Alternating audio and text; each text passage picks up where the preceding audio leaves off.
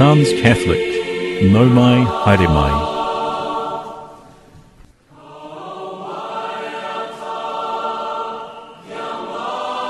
Ngā mihi nui, I'm Ken Joblin. Today, Sounds Catholic joins the Christchurch Diocese in great celebrations. Tonight in Rome, a great woman of the Church in Australasia is being canonised as saint. She worked in this diocese along with other parts of New Zealand at the turn of the 20th century, and she had a great affection for Aotearoa. Mary MacKillop was a pioneering Australasian woman of the mid-19th century. She had a deep respect for human dignity and a passion for education in its broadest sense. She founded the Sisters of St. Joseph of the Sacred Heart, some of whom work in our diocese. Indeed, her brother John is buried here in the Barbados Street Cemetery, so she has a tangible connection to us here in Christchurch. Tonight, our time, she is being declared a saint. Sister Jill McLaughlin is in Rome for the canonisation, and will interview her on her return. Blessed Mary MacKillop, or St. Mary of the Cross as she will be known in the Universal Church by this evening, is a model of hope for all who struggle with doubt, misunderstanding and injustice. So we celebrate by listening to the great song of thanksgiving offered by Mary, the Mother of God, known as the Magnificat. The choir and congregation of All Souls, Langham Place, in London, sing "Tell Out My Soul the Greatness of the Lord."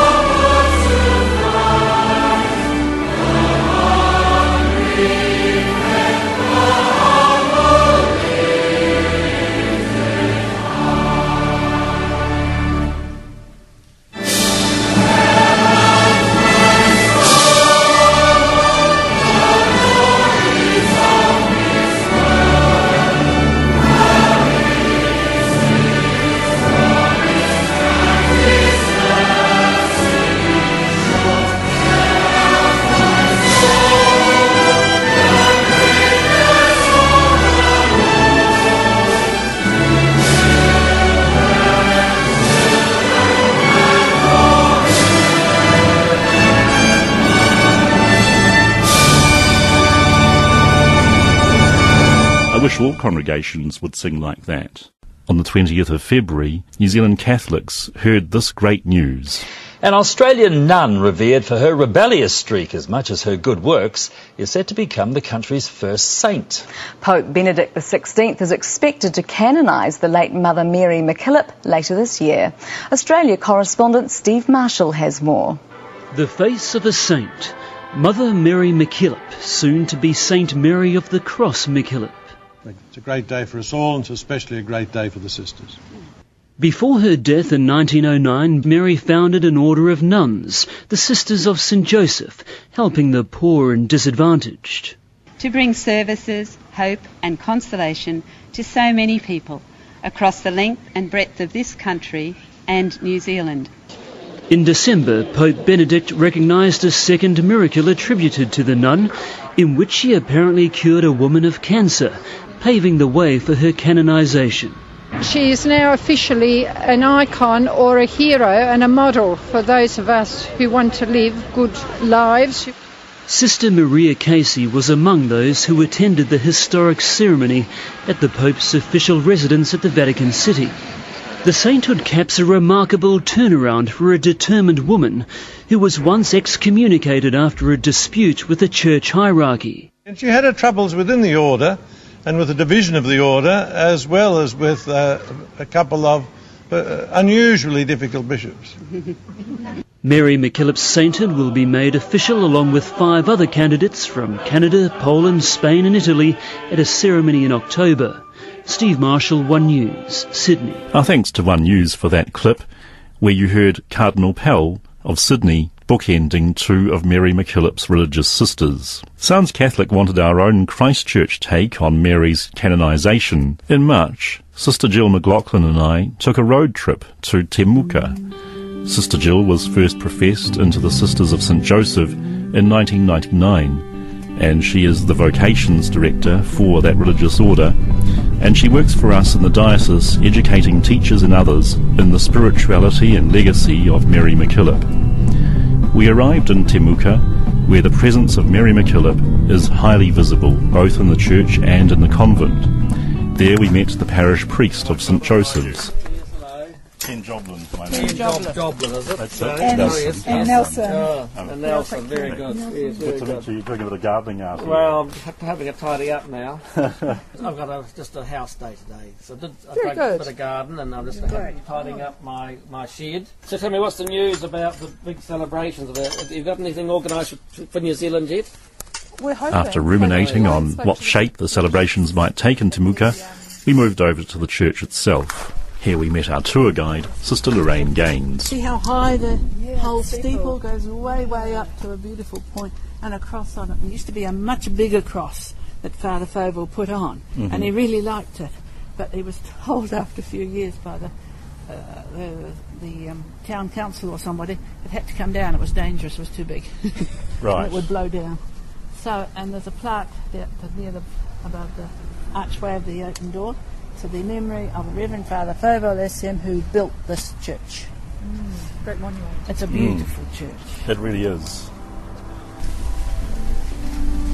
You're now entering the porchway, and on your right is the window of Mary MacKillop. All right, tell us about that. Stained glass window of Mary MacKillop. It's got a plaque under it, and it says, Blessed Mary MacKillop, co-founder of the Sisters of St Joseph of the Sacred Heart. It's all raised up print, you can probably read it. Yes. At the request of Father Fovell, Mary sent 3 sisters to Temuka in 1883 to start their first school in New Zealand. Blessed Mary visited Temuka 4 times. Now that's incorrect now, we found out. It's on 3 occasions, she made 4 visits, but the 4th one she didn't come to Temuka. So, the parishioners of St Joseph Parish installed this window to honour the memory of Blessed Mary MacKillop and to commemorate her beatification in Sydney on January the 19th, 1905. This window was blessed by Bishop Basil Meeking on December 18th, 1994. So this window was up. It was the first window, as far as we know in the congregation, to be up just before the beatification. It's almost life-size, that window depicting Mary. She is sitting on it. No, she's standing on it beside a kind of a book stand, and she's got a prayer book there and her elbows on it. You can see the other hand crossed in front of her with the ring and the beads in front. At the foot of it there are the thistle commemorating Scotland and the 2 silver ferns, but they're green, for New Zealand. And above that, what do you call that? How would you describe that? Like rays of light. Rays of light. Yeah, it's like rays of light coming from a point at the top of the window, which is a long arch, coming straight right down and encompassing the whole of her. Lovely. It's in gold glass. She's in brown and blue and white. So it's quite striking when people come into the building. It is. It's lovely. So she was here from January 94 to March 1895. And during that time, she visited, look, Auckland, Nakatown, Meirani, Alliston North, Wellington, Rangiora, Christchurch, Fairlie, Temuka, Kerrytown, Waimate, and those are the main ones she visited. Mary MacKillop made 4 visits. Her first visitation of the province began in January when she arrived on the steamship Manapuri from Sydney.